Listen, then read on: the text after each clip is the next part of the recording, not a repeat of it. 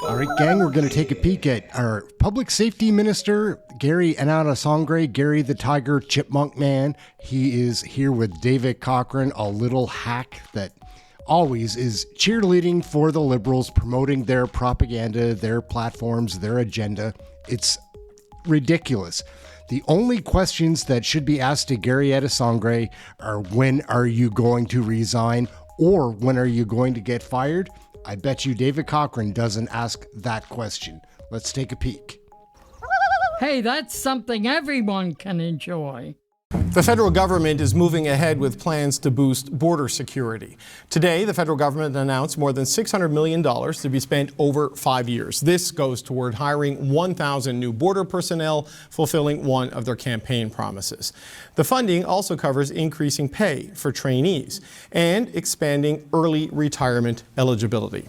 Canada's border security crackdown follows pressure from U.S. President Donald Trump, as Trump justified launching his trade war with Canada by saying Canada was weak on the border, in particular when it came to fentanyl. Gary Anandasangaree is the Minister of Public Safety, and he joins me now. Minister, good to see you again. Thank you for being here today, sir. Great to be here. So, some of the measures we've heard today, we've been hearing about since like last November or December. So why are we only getting to a point that you can start implementing these measures now?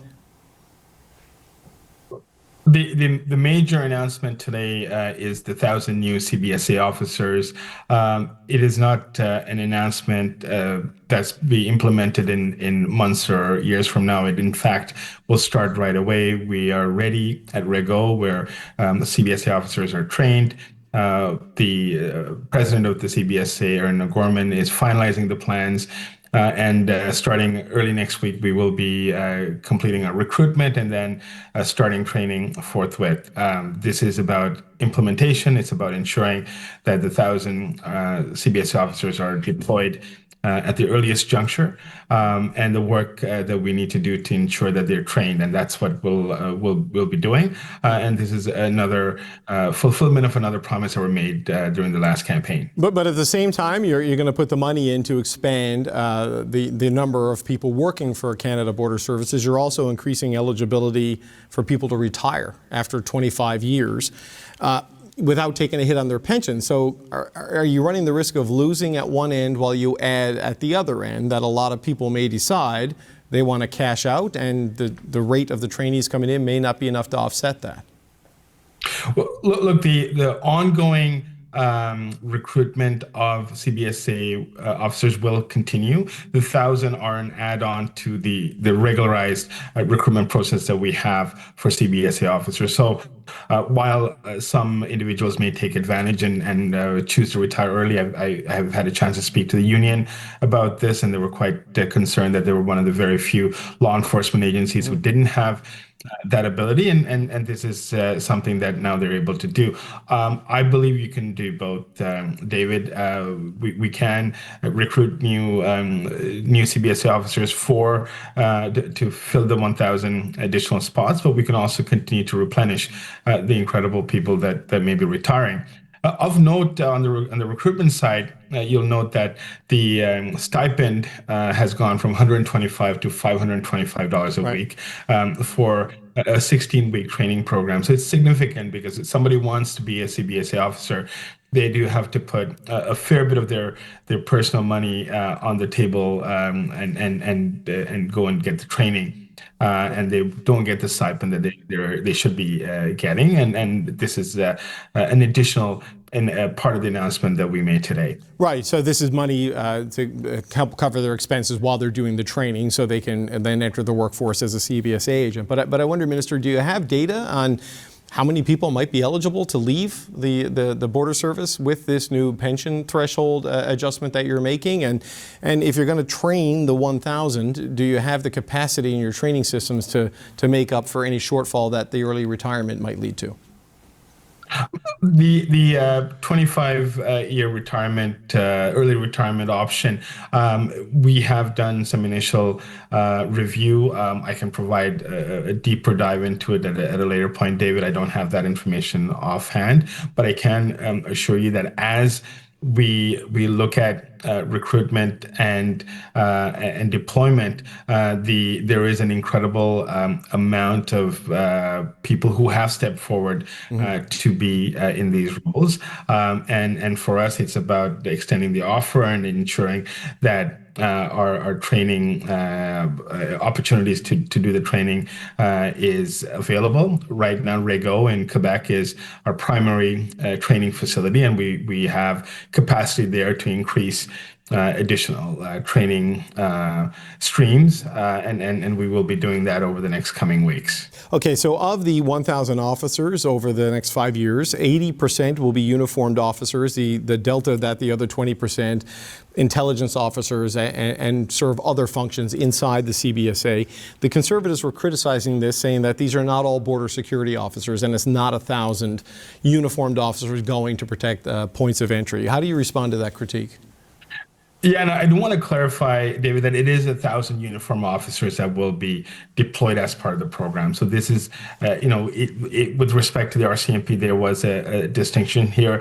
These are 1,000 CBSA officers who will be trained and who will be deployed at points of entry, border crossings, intelligence work, as well as enforcement. So I do want to clarify. I think they may have been a bit of a gap in the information, but make no mistake, these 1,000 individuals will add to the 10,000 or so people who are already in the front lines, ensuring our borders are safe and secure. Okay, because I think, Minister, my colleagues were given some information that it was like an 80-20 split, and like I'm not diminishing the value of an intelligence officer and people to deal with precursors for fentanyl and these things, but you're saying that's not, in fact, the case. It's not an 80-20 split. It's 100% uniformed to the points of entry. That's correct. Okay. All right. And so these other roles, though, that we mentioned, will there be a reorientation from within the existing force, or are those a second wave of staff enhancements that you're thinking of doing? How should we interpret that?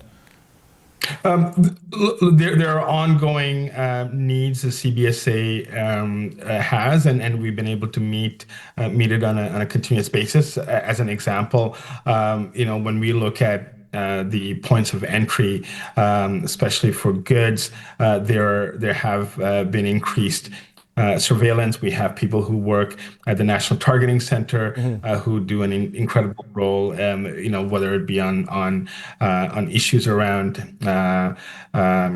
technology. We know that we have a number of very sophisticated technological systems that we have that again are staffed and not by uniformed officers, but right. Others with part of the organization. So we have a robust number of different non-uniformed tasks that need to be done, and we have the capacity to do that task. What is important here is that these 1,000 are deployed at the front lines to ensure that whether it's on enforcement, whether it's on ensuring that we target those who may be inadmissible to Canada, we ensure that goods, particularly fentanyl, coming across from different parts of the world. And as you know, I've rejected the notion that fentanyl is a problem going north to south. It is very much a shared issue that we have with the United States and fentanyl coming from other parts